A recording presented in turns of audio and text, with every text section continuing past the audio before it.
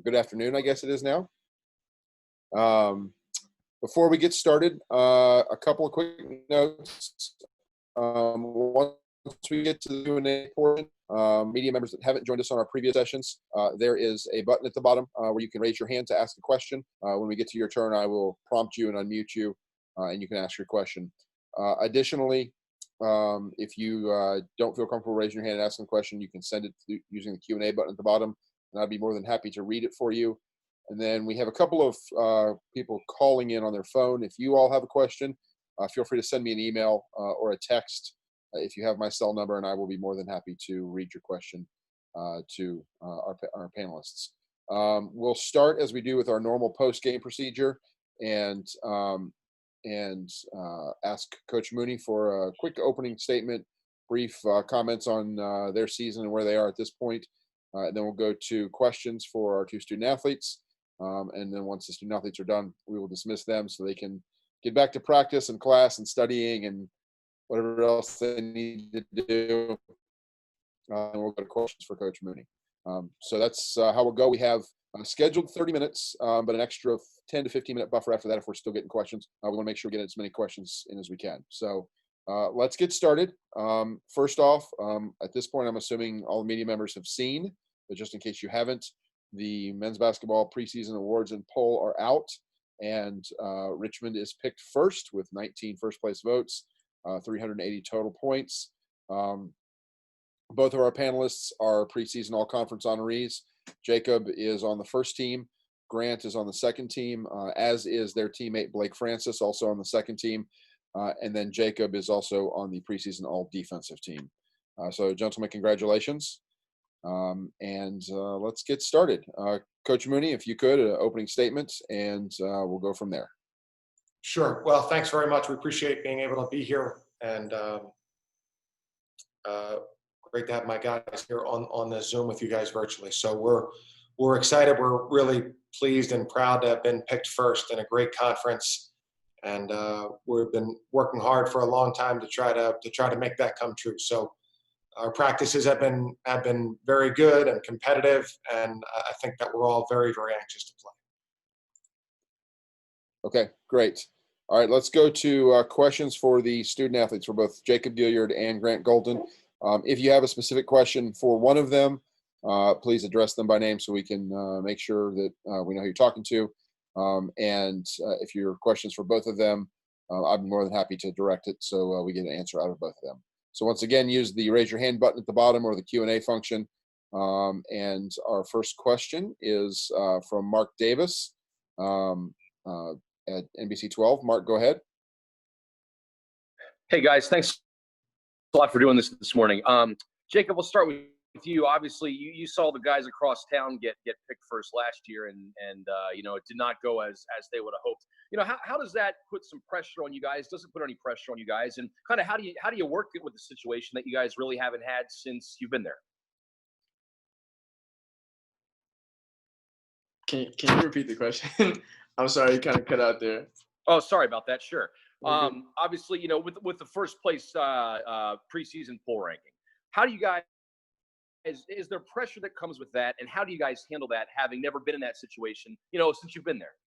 I think it's a little different, obviously. I would say somewhat pressure, but I don't think pressure is the right word, because I feel like pressure comes from, you know, from within, and I don't think we have any pressure on ourselves, you know.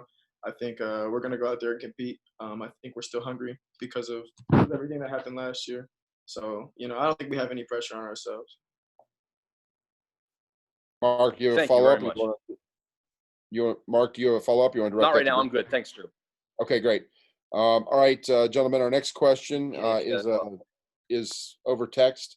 It is from John O'Connor of the Richmond Times-Dispatch. Do either of you plan to come back next season per the NCAA COVID allowance, and how does Coach Mooney handle roster management with signees coming in and unknown number of seniors staying? So what we'll do is we'll ask the first half of that to the two student athletes, and we'll circle back around, Chris, and ask you that once we get to your Q&A.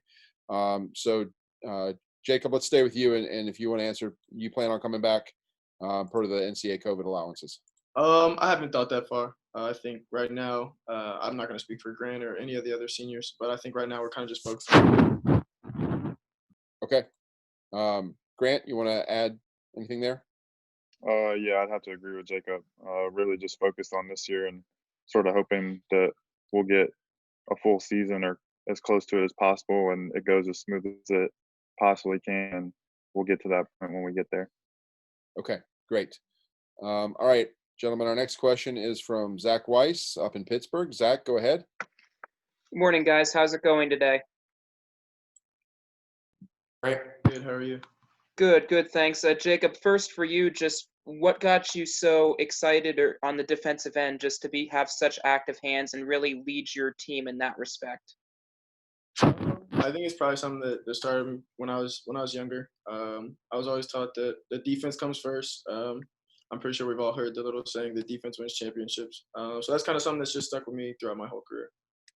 For sure. For you, Grant, obviously, with Nick going down, just how much has that maybe ignited an even bigger fire within your posts to try to fill the void as much as you can? Because obviously he's a leader. He's a guy that's battled injury and was a good producer. But you guys have a lot of replacements, such as yourself, obviously, and others down the line.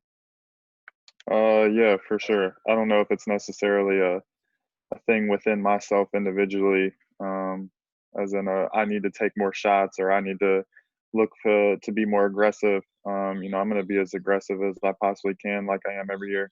But I think it's just more us as a team trying to figure out how to fill that void. A lot of that's going to come from Tyler Burton. Obviously, having Gilly and him being able to do so many things for us, he'll help out with that a lot. But it's going to be a team effort trying to fill that void, and I'm confident in us being able to do so. And then one more for you, Jacob. Just you've been able to lead on the court by example. Just how has that carried over maybe with Jai coming in, a guy that's really shown some capabilities as well coming in for you? Something I try to work on every day. Coach has talked to me about it since rather than with my voice on the court. Some Grant's probably a little better than me yet, but this freshman class is a little different. Kind of now I feel like I'm a veteran, an older guy. So having them come in, they look pretty young out there. There's stuff that you notice. So just trying to take them under my wing and help them as much as I can has definitely been something I've focused on this year. Awesome, guys. Thank you so much. All right, gentlemen, our next question is from Lane Casadante, WTVR. Lane, go ahead. Morning, guys. For both of you, you've had a couple of weeks, kind of going off of the last question, you've had a couple of weeks now to work around without Nick in practice. What does that look like? And I know he just had a surgery a few days ago, but how is he back? Has he been able to contribute in the way that he will have to contribute later this year? Has he been around practice or not yet? Jacob, let's start with you on that one. So no, he just had surgery not too long ago, so he's kind of he can't be with him right now, so he hasn't been around too much. But we're excited to get him back out there. Nick's obviously a big voice on our team, a leader, and so we're excited that whenever he can get back out here and help us out, he sees things differently than other guys, than Grant and myself. Right? So to get him back out there, just to be able to just see some things and talk to us, so will definitely help us out. But not right now, he hasn't been able to. Grant, you want to add to that? Yeah, for sure. I've talked to him a couple times, seen him in the training room a couple times, doing some rehab since this surgery. He's in good spirits. Like Jacob said, we're definitely going to need him and his voice and the things that he sees on the sideline. Again, like Jacob said, he sees things differently than we do, and I know he'll be there throughout the season. And his voice will be huge for us off the bench. Okay, great. Thank you. All right, a question via the chat from Wes McElroy for both players. How long for you did it take the sting of last year to go away the way it ended with COVID? And how did you all move past that, something like that, and that was out of your control? Grant, let's start with you. Honestly, I don't think anything like that will ever go away. It was definitely pretty upsetting, especially after the 2 rough years that we had to get that far and have it cut short there is really disappointing. But I think our team as a whole did a good job of, sort of taking that time to adjust or accept it to whatever extent that we could, and sort of moving on. I was really happy with the way, once we were able to come back over the summer, how focused and locked in everybody was. And we've done a really good job so far. I think practice has been really good. Like Coach Mooney said, it's been super competitive. Everybody's been, doing their role and doing things that we're going to need out of all of them. So I'm looking forward to the season, and I think we'll be ready. And sort of like Jacob said earlier, what happened last year at the end is definitely going to fuel our fire this year. Jacob, you want to add to that? Once again, the question is, how long did it take the sting last season, the way it ended, to go away, and how do you move past something like that was out of your control? And do you have bugs flying around you? Nah, it was the light cut off. It's like a little motion detector, so I had to move my hand. But yeah, like kind of like Grant said, I think he hit it right on the nose. A pain like that, like a little sting like that, it's never gonna go away. I think we'll probably think about that for the rest of our lives, no matter what happens. But I think it's definitely gonna fuel us for this year. So we're just gonna take it on the chin and move on. Okay, great. Lane, do you have any follow-ups for the players? No, sir, not right now. Thank you. Okay, great. All right, we will go back to Mark Davis from NBC 12. Mark, go ahead. Grant, just wondering about actually, and Lane just took my question, so I'm what do you guys do in terms of how do you evaluate? How hard is it when you don't have to a scrimmage or exhibition games or anything like that? There's the preseason is a little bit different with COVID and everything like that. So how does that challenge you guys in terms of do you start a little bit behind, and is it easier that you guys have been together so long in that regard? Yeah, certainly. I'm probably I probably hate scrimmages more than anybody in the country, but I would certainly take one this year. But no, it's definitely tough. Like you said, you don't really get to gauge where you're at against another team. And then the worst part of it is, as competitive as our practices are, and as fun as it is to go against, the talent that we have on our own team every single day, it gets old after a while. Seeing the same faces, playing each other every day. Obviously, everybody knows the plays, so there's some cheating going on there in terms of that. But definitely tough. But we're gonna take it for what it is, and we're gonna be ready to go for the first game and everything after that. So whatever comes our way, we'll be ready. Do you think that having been together so long and being so experienced, do you think that puts you guys at greater in a situation like maybe say a VCU that has some guys come in and are made? Yeah, certainly.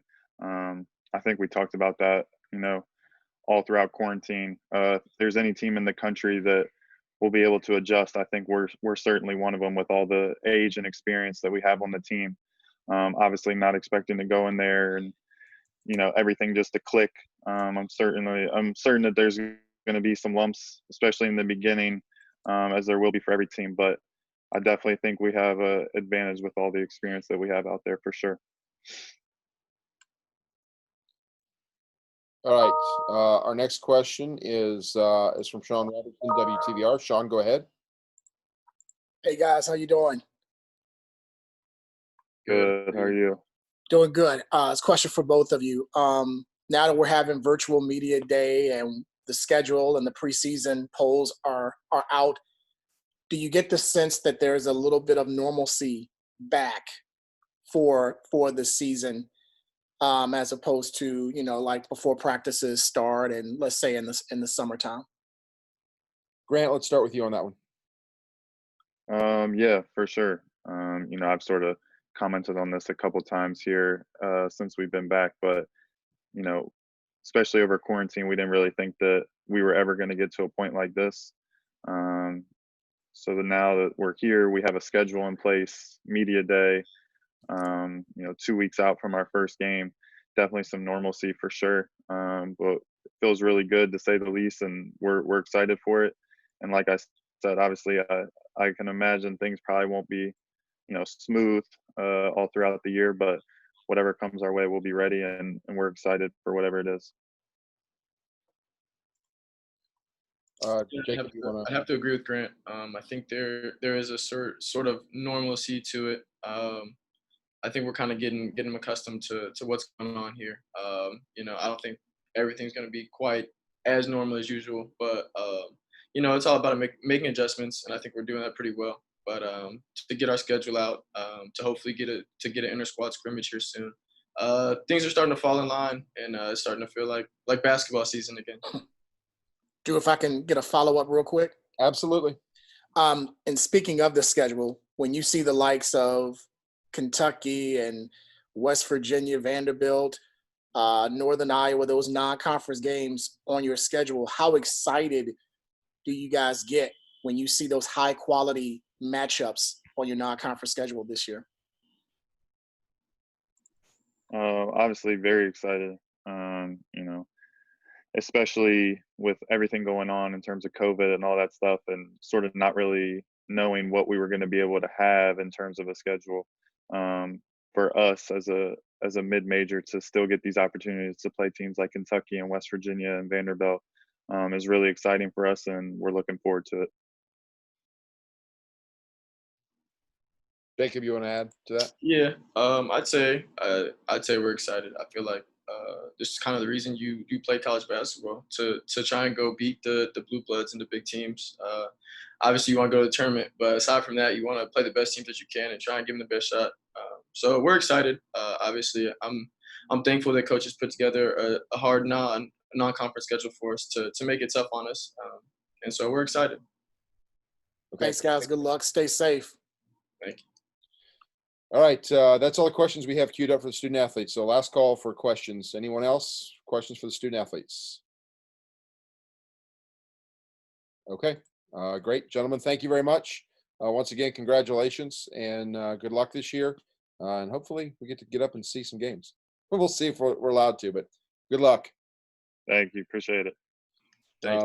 Thanks, guys. You're good to go. All right. So we'll move to questions for Coach Chris Mooney. Once again, use the raise your hand button or the Q&A button, or you can send me an email.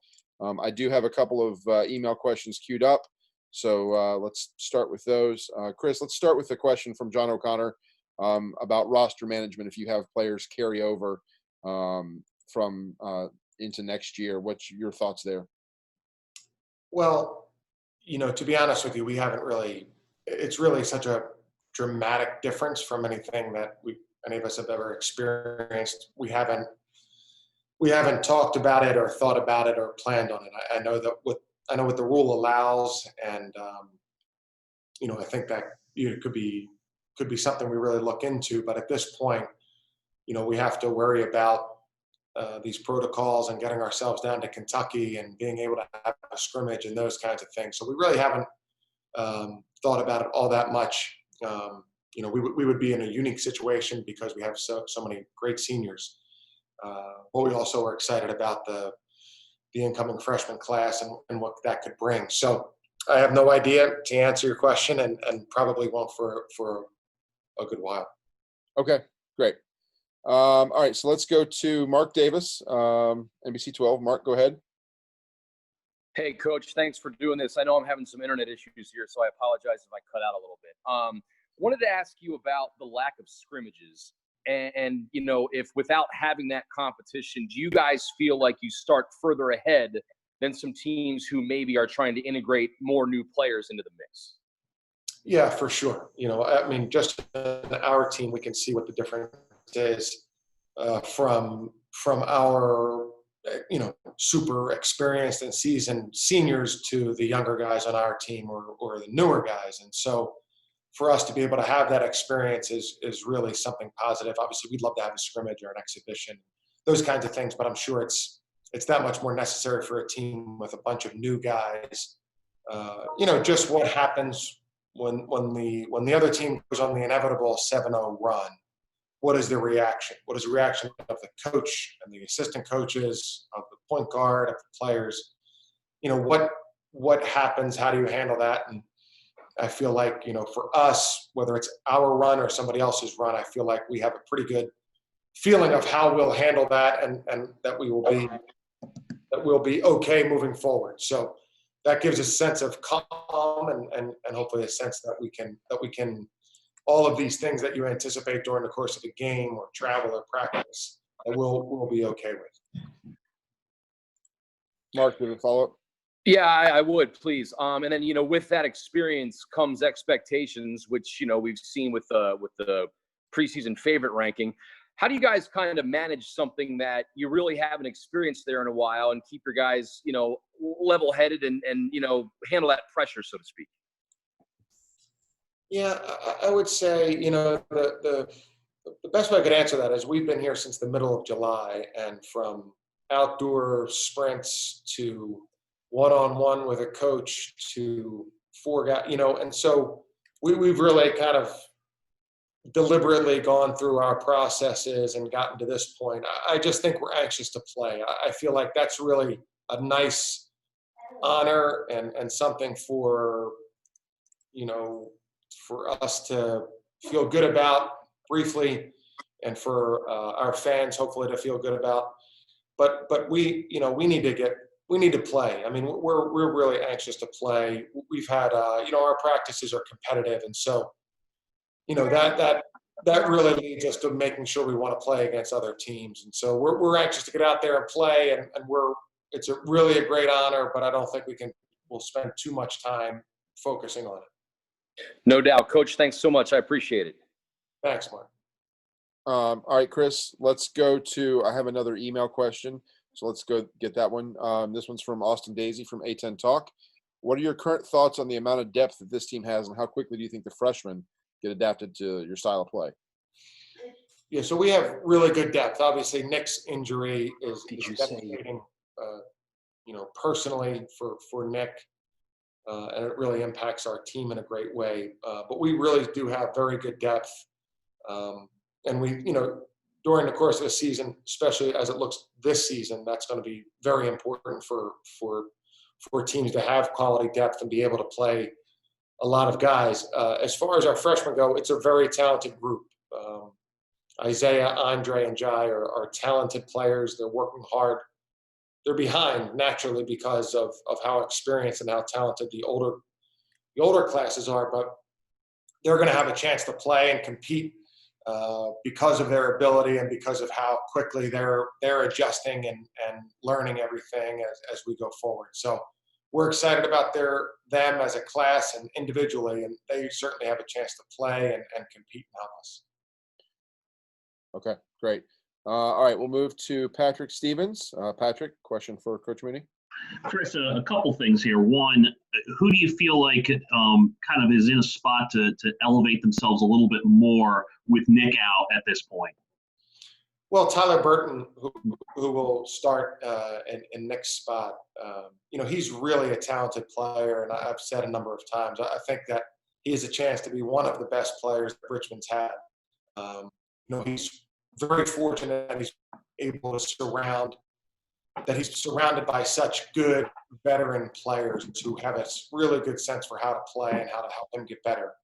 But he's also extremely talented, competitive, versatile, and he has a chance to be a great player. So we're all devastated by the news for Nick, but I think that on another impact of that is Tyler playing that much more and really coming into his own.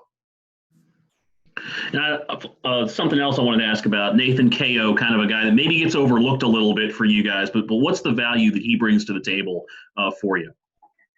Well, Nate is a great player. He is an excellent all-around player. He's a great ball handler, which is unique for somebody his size and athletic ability. And it really helps us because, we're not having to sacrifice that ball handling and sense for an athletic player, which sometimes is the case. And I think he's a vastly improved defender and rebounder. He really is a very, very professional in how he goes about his day-to-day work.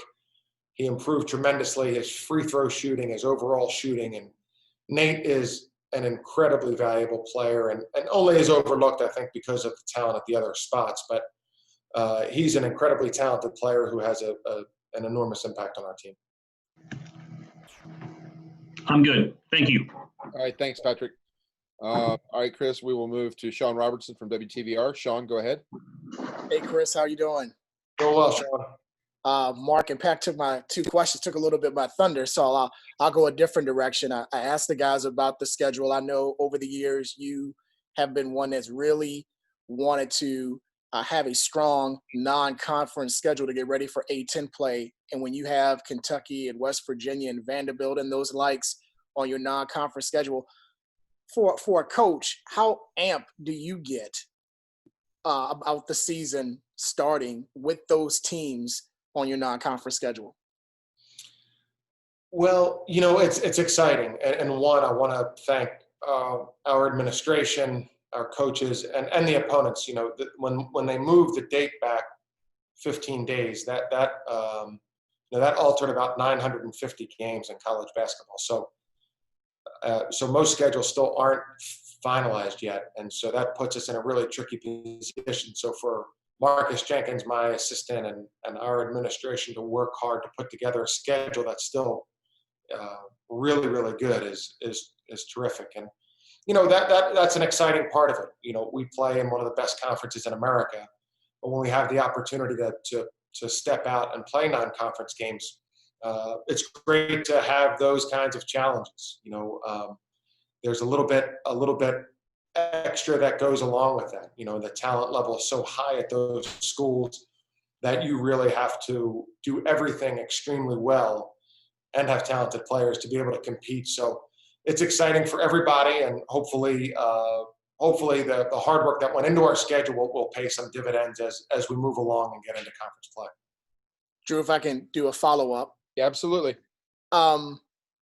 Going in a different direction as far as the message about being the preseason favorite, do you as a coach or your staff have to say a lot to this team being so, you know, upper class laden, or do you think it's more of the player to take onus of the fact that they need to talk amongst themselves about, you know, the preseason expectations and now being the hunted as opposed to the hunter, and like Mark was saying, not being in this situation in a while? I mean, where do you think the onus of the message coming from goes to? Well, it's certainly the coach's responsibility to share the message and you know, kind of make sure we're on the same page as far as all of those things go. But it's always 100 times better if the players share it. And so I feel like this group, you know, Jacob has been, you know, terrific in terms of his leadership with Isaiah in particular, because they play, you know, same position. Grant has always been a great leader. Blake is so competitive. Nick has a great voice. Nate is, you know, probably more by example, but it's much better if it comes from the players, because, you know, there's a bit of a sense that the coach has to say certain things or has to, you know, repeat some of these old adages. So it's important that we talk about it and get everybody on the same page, but I don't think with a veteran team we need to hammer it in over and over again, because I feel like they're getting the same message from their teammates who are the upperclassmen, who are the guys they respect. And that comes pretty instantly when it's those guys saying it. And I think they understand it better and buy into it better or more quickly when it's their own teammates and their peers saying it. Drew, I'm good. Chris, thanks for the time. Good luck to you. Stay safe. Thanks, Sean. You too, man. Thank you. All right, Chris, we have another question from the Q&A from Stu Durando at the St. Louis Post-Dispatch. Your team in St. Louis received most of the off-season hype in the A-10. Hopefully you'll get to play each other twice. How do you feel about the two teams and their matchup against each other and how they match up against each other? Well, St. Louis, you know, I spoke to Travis a few times in the summer and just to tell him how impressive their team is, you know, just how good they are defensively, how well they rebound, you know, and they added the two players they added last year had such a positive impact and are really great players. You know, two more great players, not just guys who fit roles, but they're you know, the point guard and I can't think of the young man's name. It was the sixth man, but he certainly scored a ton of points. So, I've always had, a really good relationship and friendship with Travis, and I've always been impressed with the teams that he's had. And, I think they came back when he came back maybe 4 or 5 years ago, and, he's really added so much talent, but they've also, they've defined themselves with a particular style of play that's impressive and tough and rugged, but also with some really, really good players and a good style on offense. So hopefully we do get both of those games, and because I think they're a top 20 type team, and who can compete with anybody. And I think we saw that last year. Dayton's one of the top 5 teams in America, and they played them to 2 great games. The game at St. Louis was one of the games of the year. And so I think that they'll be great, and they have a great chance to have a really special season. Chris, before we move on to the next question, just a follow up from my end, can you talk about the depth of the league? You kind of talked about there with St. Louis, but beyond St. Louis, I think this is, Coach McKillop said this morning, this is probably as deep as the league has been since 2014 when we had 6 teams in the NCAA tournament. Yeah, I would say so. You look at, I don't have the rankings, the preseason rankings in front of me, but I mean, I think, UMass, who I think everybody knows is going to be really good and has one of the best players, I don't think they're in the top 5. Rhode Island, who, I think Coach Cox does a tremendous job. They play so hard. They're elite defensively. They're very talented and have guys who are really high-level players. I don't think they're picked in the top 5. So when you have that kind of talent, VCU's been a great program for a really, really long time. I don't think they're in the top 5. When you have those kinds of teams that aren't preseason top 5, you can tell. I mean, this is an incredibly talented, deep, impressive conference, and I think we'll see that throughout the season. Okay, great. Thank you. All right, let's go back to Lane Casadante, WTVR. Lane?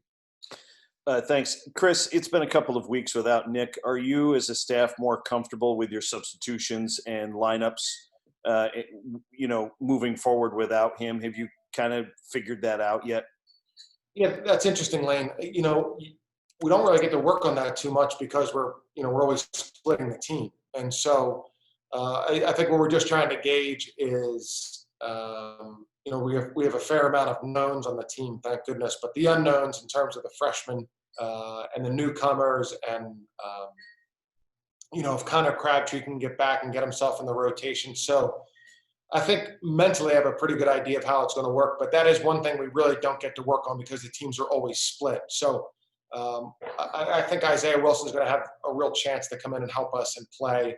I think Andre Gustafson is an outstanding and versatile guy to have coming off the bench. Connor Crabtree and, Sal Caresi and Matt Grace both played a good deal of minutes last year, and they're versatile. So we feel very good about it. I don't know exactly how it'll work out yet, just because we haven't had those opportunities as much.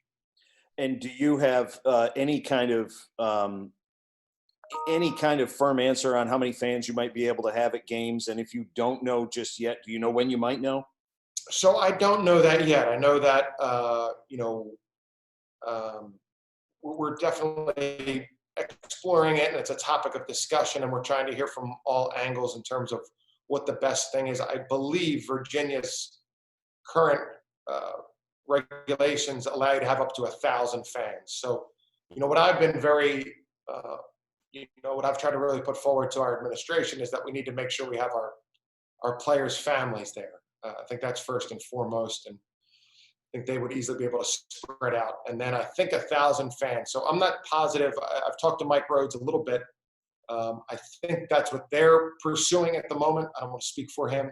And I think I've heard some of the other schools in Virginia looking at that. So we haven't decided yet, but there is good conversation about it, and a strong push, I believe, to try to have as many as we're allowed to. Thanks, Chris. Thanks, Lane. All right, Chris, we'll go to Zach Weiss from up in Pittsburgh. Zach, go ahead. Good afternoon, Chris. Good talking with you today. Thanks, Zach.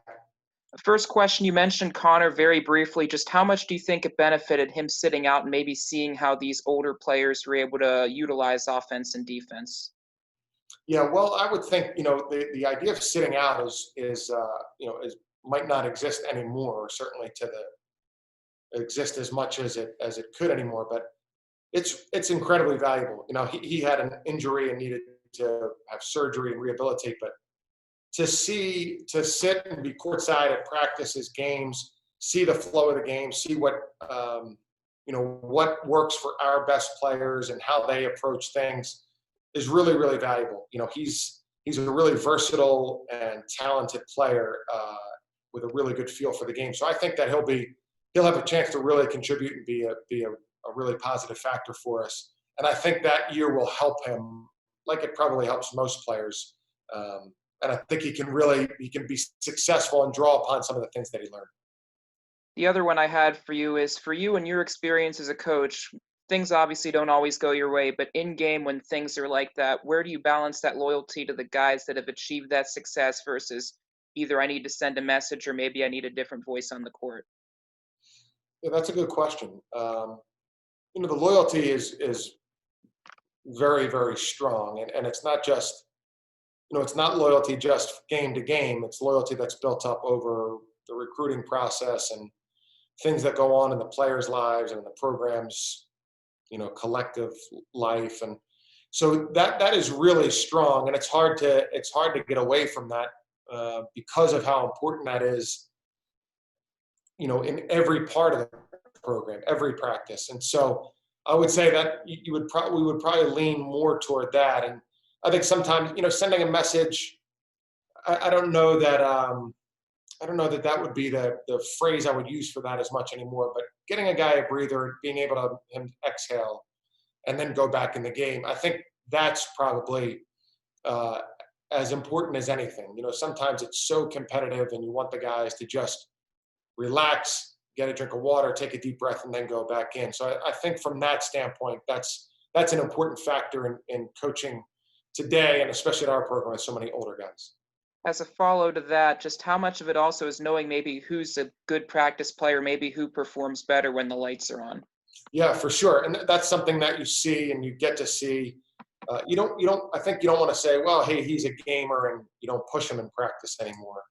However, you do have an expectation that they can handle these other tensions and challenges that come with a game. And there's a lot to be said for that. And so I do feel like, as the biggest thing we're trying to get into is a rhythm of how our day before practice looks like, how our breakfast the day of, our shoot around. We want to get into a certain rhythm where everybody's comfortable, so that again it's really that the program itself is setting the standard. So it's not whether the coach has to jump the team or yell more that day, but the program itself and the expectation, that's what's really setting the standard that we're all going to try to meet that day for that film session or workout or practice. Perfect, Chris. Thank you so much, and best of luck this season, both on the court and with health and managing everything throughout. Thanks very much, Zach. Thank you. All right, that's all the questions we have queued up. So last chance, we're about out of time anyway. So last chance, any last questions for Coach Mooney? I think, Chris, that we are good to go. Thank you very much for your time this morning and your student athlete time. Good luck this season, and we'll hopefully see you soon. Sounds great. Thank you, Drew. Thanks, Chris. All right, everyone, that concludes our first 3 sessions. Once again, thanks to Davidson, VCU, and Richmond for their participation. We have about an hour break before we move on to the last 2 sessions for the day. First up is George Washington at 2 o'clock Eastern, followed by George Mason at 3 o'clock Eastern. Both of those have their own separate links, so make sure that if you're joining us for those, you click on those links. If you've had any problems or questions, I'm available if you want to reach out to me in the next few minutes. I'd be glad to answer any questions. Thanks again, and we'll see you all.